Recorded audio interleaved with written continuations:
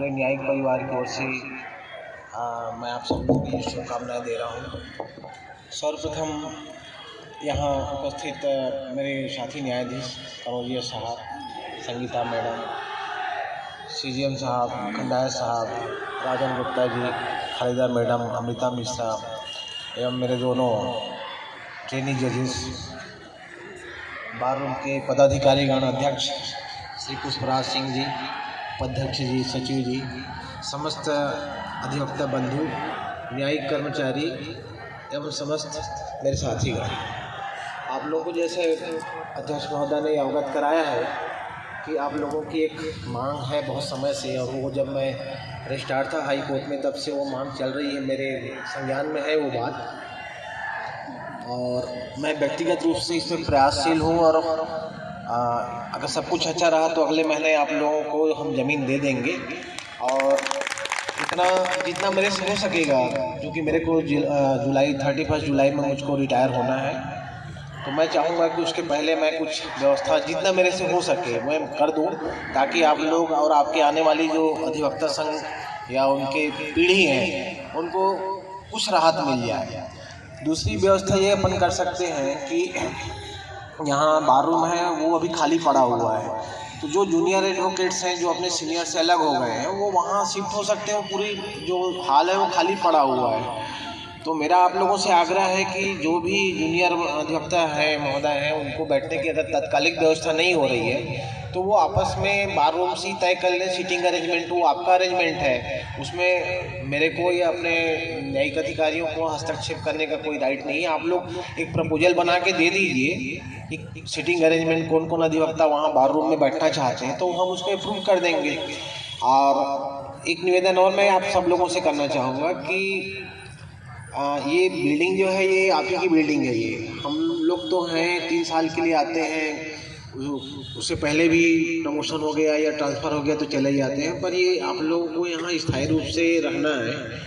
तो आज जैसा आप लोगों ने देखे कितना खुशनुमा माहौल यहाँ बना हुआ है, इस परंपरा को आगे बढ़ाइए और जितना हो सके आप लोगों से अपने आसपास को भी साफ रखें। जब मैं यहाँ ज्वाइन किया तो ये लॉन ऐसी उजड़ा पड़ा था, कोई देखने वाला नहीं था, और आप लोग भी सामने ही बैठते थे, पर आप लोगों ने भी ध्यान नहीं दिया इसमें। पर अभी आप खुद महसूस कर रहे होंगे कि आपको बैठने में भी आनंद आ रहा होगा, मतलब जस्ट लॉन के सामने आप बैठे हैं और ऐसा लगता होगा कि आप गार्डन में ही बैठ के यहाँ आप व्यवसाय कर रहे हैं। तो जो बिल्डिंग परचेस करना चाहता है, मकान खरीदना चाहता है, वो देखेंगे कि लॉन के सामने वाला प्लाट या मकान को ज़्यादा प्रेफरेंस करता है और उसका कास्ट भी ज़्यादा रहता है। वो इसलिए कि आबो हवा मिलती रहती है, शुद्ध हवा, प्रकाश सब मिलते रहता है। तो ये बहुत अच्छी बात है आप लोगों के लिए। और ये यहाँ मैंने जो आप लोगों का सहयोग पाया वो बहुत ही अद्भुत सहयोग है। मैं एडवोकेट भी रहा हूँ, कई जगह मैंने एडीजे के रूप में काम भी किया, पर जितना यहाँ सम्मान बार से अधिवक्ताओं के द्वारा न्यायाधीशों को दिया जा रहा है, जिस प्रकार की सहयोग की जा रही है वो बहुत प्रशंसनीय है। मैं तहे दिल से आप लोगों की प्रशंसा करता हूँ कि इतना अच्छा बार जो है बहुत कम मिलता है, मैंने बहुत ही कम, क्या मिलता ही नहीं ये कहूँगा मैं तो कहीं ना कहीं हर चीज़ में एक रुकावट पैदा करते हैं।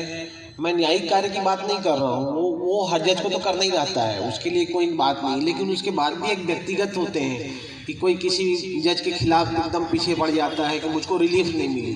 फिर जहाँ तक मैं समझता हूँ कि कोई जज किसी भी पक्षकार से या एडवोकेट से कभी प्रेजुडिस नहीं होता, उसका एक रूटीन काम होता है। जैसे कोई कसाई है, उसका व्यवसाय है बकरा काटना, अब वो बकरा काटने के सिलसिले में कोई छोटा बकरा भी पहुंच गया तो भी काट देता है वो। तो वही स्थिति है यहाँ किसी भी जज के साथ हो, उसके पास जो एविडेंस आते हैं, जो फैक्ट आते हैं और जैसा केस को रिप्रेजेंट किया जाता है वो उसे बंधा रहता है। इस बात को सीनियर एडवोकेट महसूस करते हैं। और मैं तो ये भी कहना चाहूँगा कि जैसे ही अहम गवाह गुजरते हैं, वकील साहब को पता चल जाता है कि इसमें क्या होने वाला है, उसके बाद जो है वो पक्षकार की संतुष्टि के लिए उसको आगे बढ़ाता है। तो ये जो है ये पार्ट ऑफ सिस्टम है, इसको कभी किसी एडवोकेट को उसको मन में नहीं लेना चाहिए। और दूसरा ये है कि आप सब लोगों को बहुत बहुत बधाई गणतंत्र दिवस की, और मैं पूरे प्रयास में हूँ कि मैं आप लोगों को यहाँ एक अच्छी व्यवस्था दे के जाऊँ। मैंने अभी आपके अध्यक्ष महोदय से भी चर्चा भी की है, अभी कलेक्टर साहब से कल हमारी मीटिंग थी, उसमें भी हमने ये बात रखी है। और ईश्वर चाहा तो आपको महीने 1.5 महीने में हम आपको ज़मीन दे देंगे। बाकी जो पॉलिसी बनाई है हमने, मैंने ही वो पॉलिसी बनवाई थी, चेंबर पॉलिसी, जब मैं वहाँ रजिस्ट्रार था।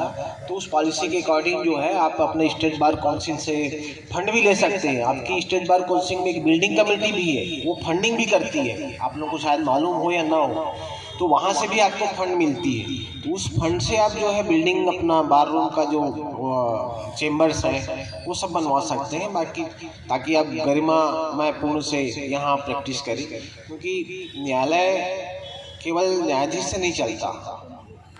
सुप्रीम कोर्ट के जुडिशियल जजमेंट है कि बार जो है पार्ट ऑफ जुडिशियल सिस्टम है। जैसे न्यायाधीश के बैठने की उत्तम व्यवस्था होनी चाहिए, वैसे ही अधिवक्ताओं के बैठने की, पक्षकारों की बैठने की उत्तम व्यवस्था होनी चाहिए। आपकी बिल्डिंग बहुत अच्छी है, बहुत सुविधाएं हैं, बिल्डिंग में कोई कमी नहीं है। ये है कि बार रूम छोटा है, और उसका कारण ये है कि जिस समय ये प्लानिंग रही होगी उस समय एडवोकेट कम रहे होंगे, प्लानिंग उस हिसाब से हुई। कायदे में होना ये चाहिए कि आगे 20 साल को सोच के करना चाहिए प्लानिंग। और हम प्रयास करते हैं कोई ज़मीन अगर आसपास मिल जाए तो वो हम लोगों को देंगे। और बहुत बहुत धन्यवाद। और ये तो मेरा मतलब अंतिम आप लोगों के साथ गणतंत्र दिवस है, तो बहुत बहुत शुभकामनाएं।